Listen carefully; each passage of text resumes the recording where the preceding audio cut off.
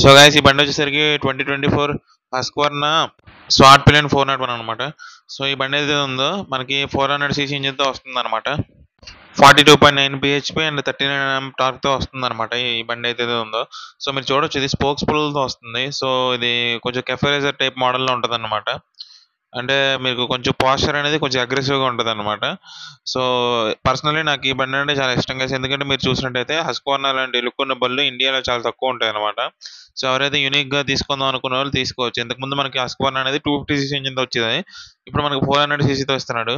So మనకి benefit ఏంటంటే power figures అనేవి పెరుగుతాయి, ఇంజిన్ చాలా ఇప్పుడు ఫాస్ట్గా ఉంటుంది పికప్ గట్టాన. సో బండి కూడా మీరు చూడొచ్చు లుక్ గట్రా మార్చారు. సో నాకైతే పర్సనల్గా చాలా నచ్చింది ఈ బండి.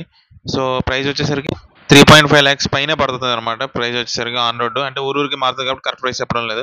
సో ఈ వీడియో నచ్చినట్లయితే లైక్ చేసుకున్న ఛానల్ సబ్స్క్రైబ్ చేసుకుని ఇంకా మంచి మొబైల్తో ముందుకు వస్తాను.